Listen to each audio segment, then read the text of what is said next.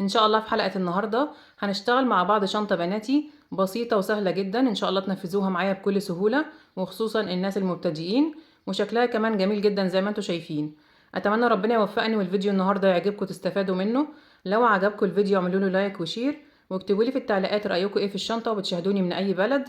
ولو لسه اول مرة بتشوفوني وحابين تتابعوني يسعدني اشتراككم في القناة، فاشتركوا وفعلوا الجرس على الكل عشان يوصلكم اشعار باي فيديو جديد انا بعمله.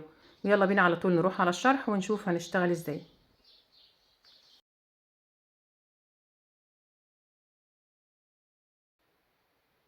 انا هشتغل بخيط مكرمية مصري متوسط السمك، سمك 3 ملي. هشتغله بإبرة رقم 5 مليمتر. تقدروا تشتغلوا بأي نوع خيط يكون مناسب مع الإبرة المناسبة ليه، وتشتغلوا بنفس الطريقة اللي أنا هشتغل بيها معاكم النهاردة. وتقدروا كمان تتحكموا في المقاسات، تكبروا أو تصغروا حسب المقاسات اللي انتوا عايزينها. هبدأ بسم الله.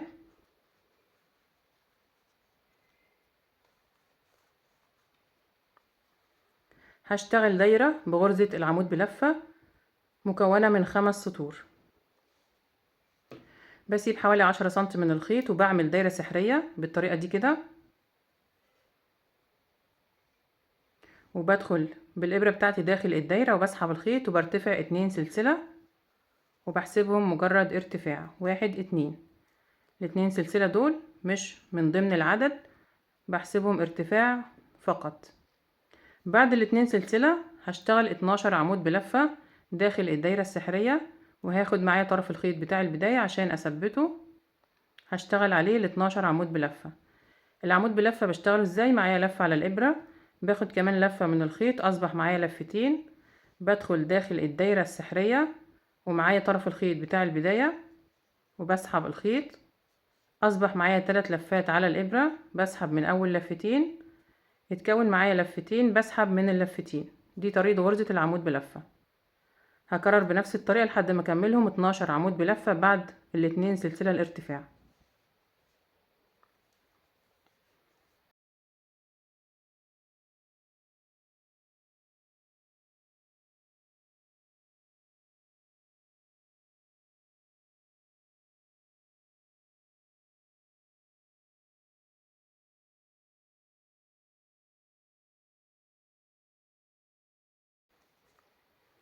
كده انا اشتغلت داخل الدايرة السحرية 12 عمود بلفة بعد الاتنين سلسلة الارتفاع اللي انا بدأت بيهم.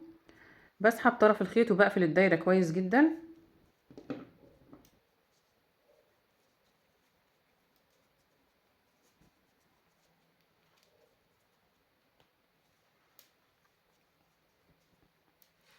بعد كده هقفل السطر الاول بغرزة منزلقة في اول عمود انا بدأته بعد الاتنين سلسلة. بسيب الاتنين سلسلة 1 2 وبدخل في اول عمود تحت الحلقتين، يعني تحت حرف الفي في راس العمود من فوق، وبسحب الخيط وبعد كده بسحبه من الحلقة اللي على الإبرة. دي طريقة غرزة المنزلقة. كده انا قفلت السطر الاول بغرزة منزلقة وقفلت الدايرة بتاعتي كويس جدا. بعد كده هنضف الخيط بتاع البداية بإبرة التنظيف تحت الغرز. هبدأ اشتغل السطر التاني من الدايرة. هشتغل تزايد في كل الغرز. يعني ايه تزايد؟ يعني بشتغل في كل غرزة غرزتين عمود بلفة. برتفع 2 سلسلة ودول مجرد ارتفاع 1 2، وبدخل في نفس العمود اللي انا قفلت فيه بغرزة منزلقة وبشتغل اول تزايد، يعني 2 عمود في نفس الغرزة.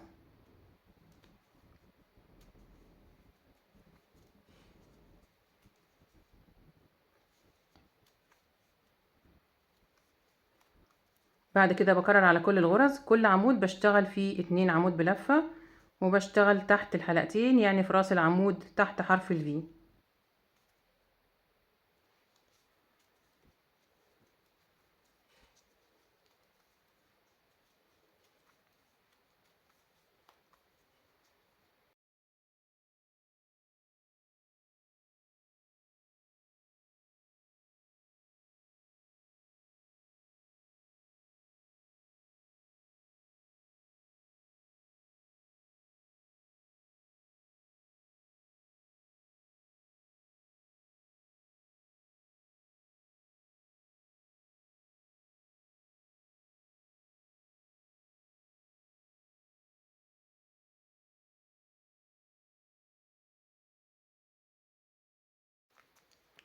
وصلت اخر السطر التاني، هقفل السطر بغرزة منزلقة في اول عمود في السطر بعد الاتنين سلسلة الارتفاع.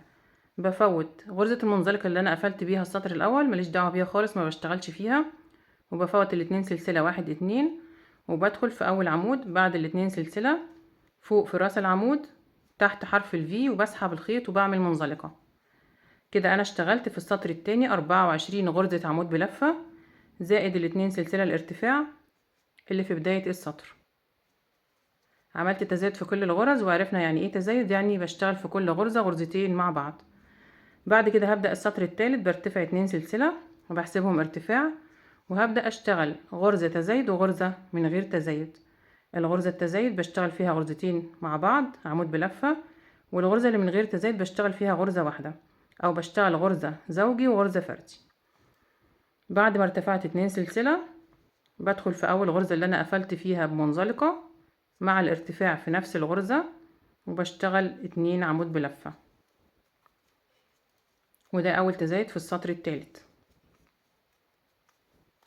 الغرزة التانية بشتغلها فردي، يعني من غير تزايد، يعني بشتغل غرزة عمود واحدة.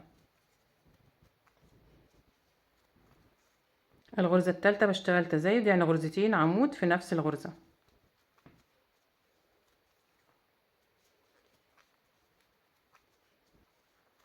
الغرزة الرابعة بشتغل عمود واحد.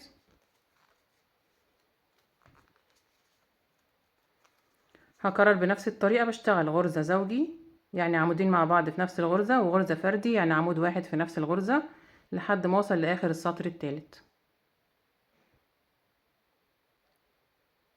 وصلت اخر السطر التالت، هقفل السطر بغرزة منزلقة في اول عمود بعد الاتنين سلسلة الارتفاع. بفوت غرزة المنزلقة اللي انا قفلت بيها السطر التاني، وبفوت الاتنين سلسلة 1 2 الارتفاع، وبدخل في اول عمود تحت الحلقتين في راس العمود تحت حرف الفي، وبسحب الخيط وبعمل منزلقة. كده انا اشتغلت في السطر التالت 36 غرزة عمود بلفة، زودت 12 عمود. هبدأ السطر الرابع برتفع 2 سلسلة 1 2، وهبدأ اشتغل غرزة تزايد و2 فردي. تزايد في اول غرزة يعني 2 عمود مع بعض، و2 فردي يعني الغرزة التانية والتالتة بشتغل في كل غرزة عمود واحد. هنا بدخل في اول غرزة اللي انا قفلت فيها بمنزلقة مع الارتفاع في نفس المكان، وبشتغل عمودين بلفة، وده اول تزايد انا بعمله في السطر الرابع. بعد كده بشتغل غرزتين فردي،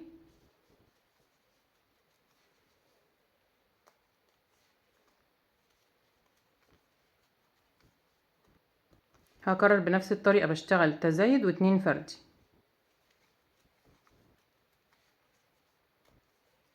الغرزة رقم 4 بعمل فيها تزايد يعني عمودين مع بعض، والغرزة رقم 5 والغرزة رقم 6 بشتغل فيهم كل غرزة عمود واحد.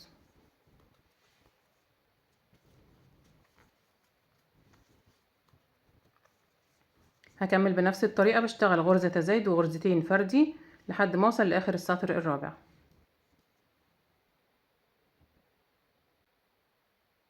وصلت اخر السطر الرابع، هقفل السطر بغرزة منزلقة في اول عمود بعد الارتفاع. بفوت المنزلقة بتاعة السطر التالت اللي انا قفلت بيها السطر التالت، وبفوت الاتنين سلسلة 1 2، وبدخل في اول عمود بعد الارتفاع في راس العمود من فوق تحت حرف الفي، يعني تحت الحلقتين، وبسحب الخيط وبعمل منزلقة. كده انا اشتغلت في السطر الرابع 48 غرزة عمود بلفة. هبدأ السطر الخامس برتفع 2 سلسلة 1 2، وهشتغل غرزة تزايد و3 فردي. اول غرزة بعمل فيها عمودين مع بعض، والغرزة التانية والتالتة والرابعة في كل غرزة بشتغل عمود واحد. بدخل في اول غرزة اللي انا قفلت فيها بمنزلقة مع الارتفاع في نفس المكان تحت الحلقتين في راس العمود، وبشتغل عمودين بلفة في نفس الغرزة. الغرزة التانية بشتغل عمود واحد، الغرزة التالتة بشتغل عمود واحد، والغرزة الرابعة بشتغل عمود واحد. كده انا اشتغلت اول تزايد في السطر الخامس. هكرر بنفس الطريقة، بشتغل غرزة تزايد و3 فردي، وغرزة تزايد و3 فردي لحد ما اوصل لاخر السطر الخامس.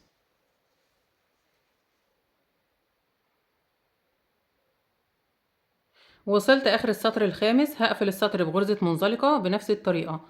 بفوت المنزلقة بتاعة السطر الرابع وبفوت الاتنين سلسلة وبدخل في اول عمود تحت الحلقتين، يعني تحت حرف الفي في راس العمود من فوق، وبسحب الخيط وبعمل منزلقة.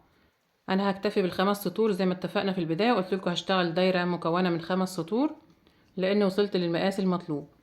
لو حابين تكبروا المقاس عن كده بتزودوا عدد السطور. هتشتغلوا السطر السادس تزايد و4 فردي، والسطر السابع تزايد و5 فردي، والسطر الثامن تزايد و6 فردي، والسطر التاسع تزايد و7 فردي، وهكذا. كل سطر بنزود عدد الغرز الفردي في كل تزايد. تمام. هنشوف المقاسات مع بعض كام سنتي. مقاس الدايرة 18 سنتي بالظبط.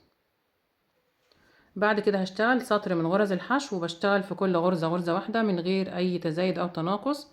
برتفع سلسلة وبدخل في اول غرزة وبشتغل غرزة حشو. غرزة الحشو عشان الناس اللي مش عارفة، معايا لفة على الابرة، بدخل في الغرزة هنا في راس العمود تحت الحلقتين وبسحب الخيط. اصبح معايا لفتين على الابرة، بسحب الخيط وبطلع من اللفتين، وبكرر في كل عمود بشتغل غرزة حشو واحدة. هشتغل سطر الحشو ده عشان اثبت الشغل بتاعه ويبقى متماسك اكتر. لو مش عايزين تشتغلوه مفيش مشكلة. هكمل بنفس الطريقة، بشتغل في كل عمود غرزة حشو واحدة لحد ما اوصل لاخر السطر.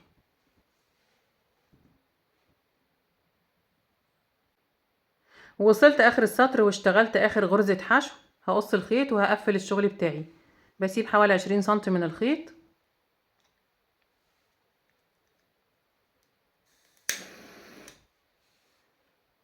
بعد ما قصيت الخيط بسحبه من اخر غرزة حشو انا اشتغلتها قبل ما اقفل السطر. بسحبه من منتصف حرف الفي من اخر غرزة وبلضمه في ابرة التنظيف.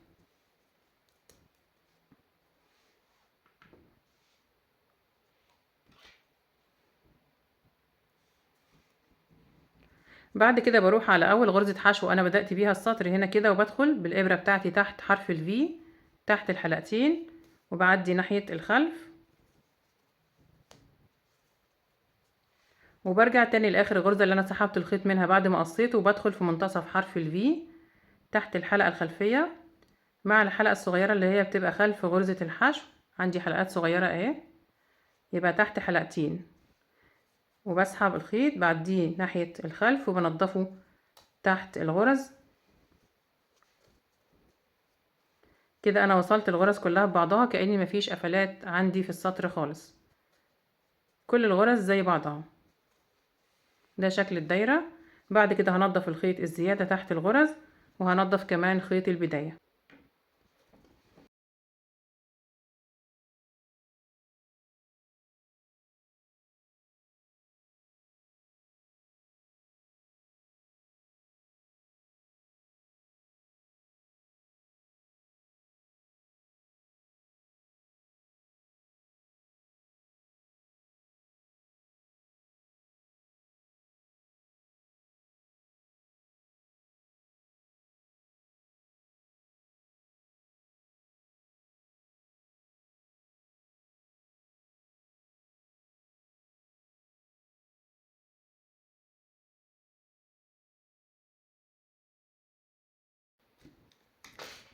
كده انا اشتغلت اول دايرة من الشنطة. هشتغل الدايرة التانية بنفس الخطوات وبنفس الطريقة، بس مش هقص الخيط اللي انا كنت بسحب منه عشان هقفل بيه الدايرتين مع بعض. هشتغل الدايرة التانية ونرجع نكمل مع بعض. انا كده اشتغلت الدايرة التانية بنفس الخطوات وبنفس الطريقة زي ما اتفقنا. اصبح عندي دايرتين زي بعض بالظبط. الدايرة الاولى قصيت الخيط منها ونضفته زي ما شفنا قبل الفاصل، والدايرة التانية سبت حوالي 1.5 متر من الخيط. قصيت الخيط بتاعي سبت حوالي 1.5 متر وعديته وقفلت الشغل بتاعي بنفس الطريقة اللي قفلت بيها الدايرة الاولى، وسبت طرف الخيط عشان هقفل بيه. هبدأ اقفل الدايرتين مع بعض. لضمت الخيط في ابرة التنظيف. ده وش الشغل بتاعي. بخلي الدايرتين عكس بعض كده. تقدروا تقفلوا بغرزة منزلقة او بغرزة حشو، الطريقة الاسهل ليكوا قفلوا بيها.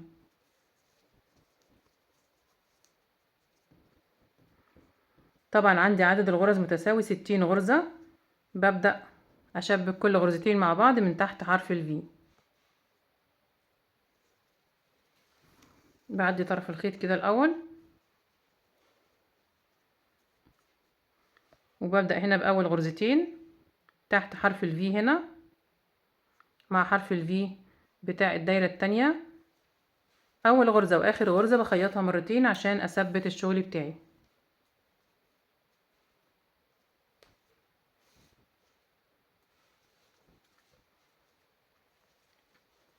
ببدأ اكرر على كل الغرز كل غرزتين مع بعض من تحت حرف الفي.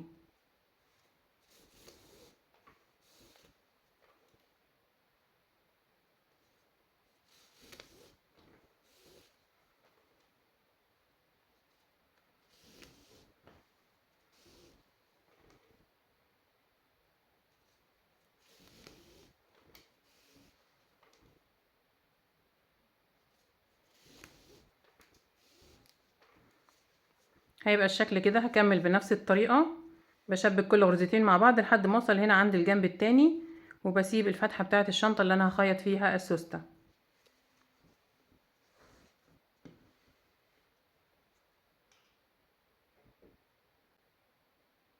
خلاص كده وصلت الجنب التاني وخيطت اخر غرزتين مع بعض. بقى الشكل زي ما انتم شايفين.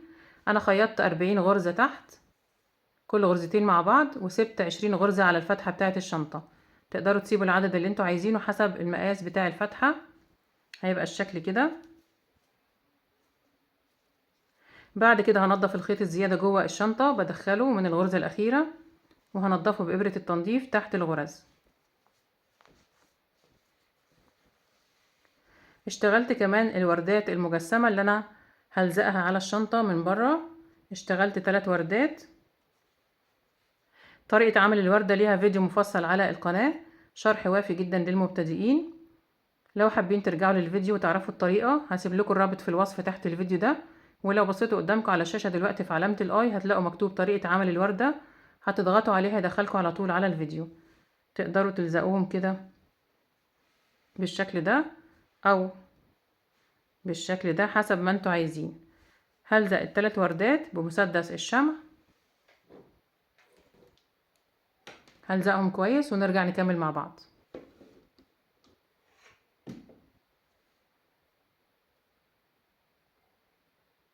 بعد ما لزقت الورد بقى الشكل زي ما انتوا شايفين، شكلها جميل جدا. بعد كده هجيب الخيط وهبدأ اقص الشراشيب بتاعة الشنطة.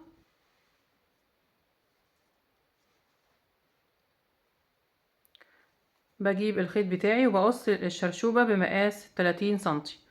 طبعا تقدروا تقصوا بالمقاسات اللي انتوا عايزينها. هقص الخيط بالولاعة عشان ما ينسلش معايا. بقيس كده 30 سنتي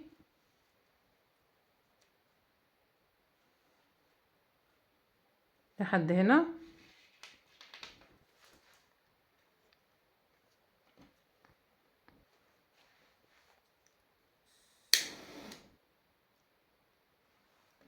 كده انا قصيت اول واحدة، ببدأ اقص عليها.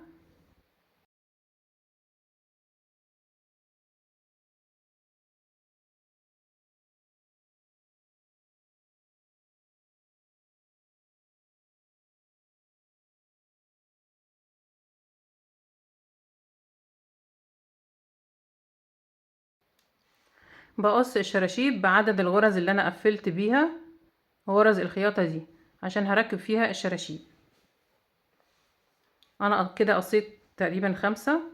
هنشوف ازاي هنركبهم مع بعض بإبرة الكروشيه. باجي هنا على الغرز اللي انا عملتها بإبرة التنظيف غرز التقفيل دي وبركب فيها الشراشيب.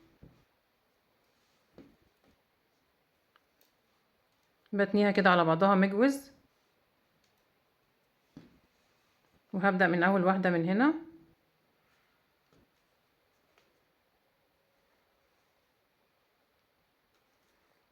وبسحب الخيط، وبعد كده بعدي طرفين الخيط من الدايرة اللي معايا دي. هي دي طريقة تشبيك الشراشيب في الشنطة. هكرر بقى على كل الغرز بتاعة التقفيل دي لحد ما اخلص العدد كله عند اخر غرزة.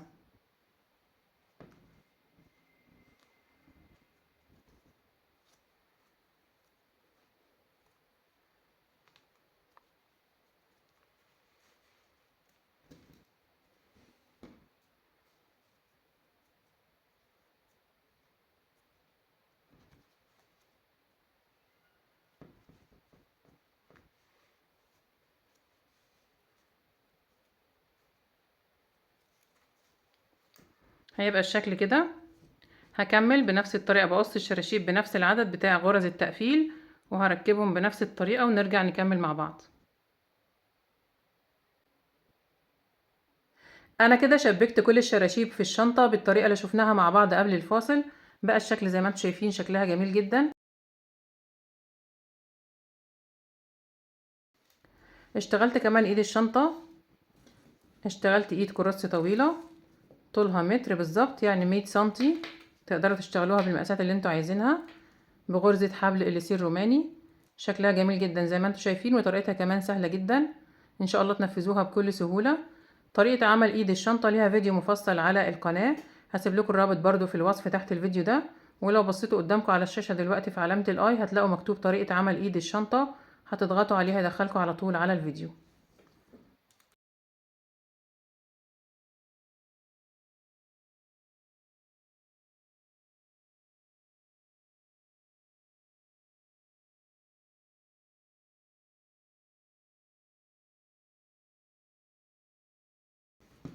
فاضل عندي اخر حاجة اللي هي السوستة بتاعت الشنطة. للأسف أنا لقيت عندي جزء صغير من السوستة مش هيكفي الشنطة بتاعتي، مش نفس المقاس.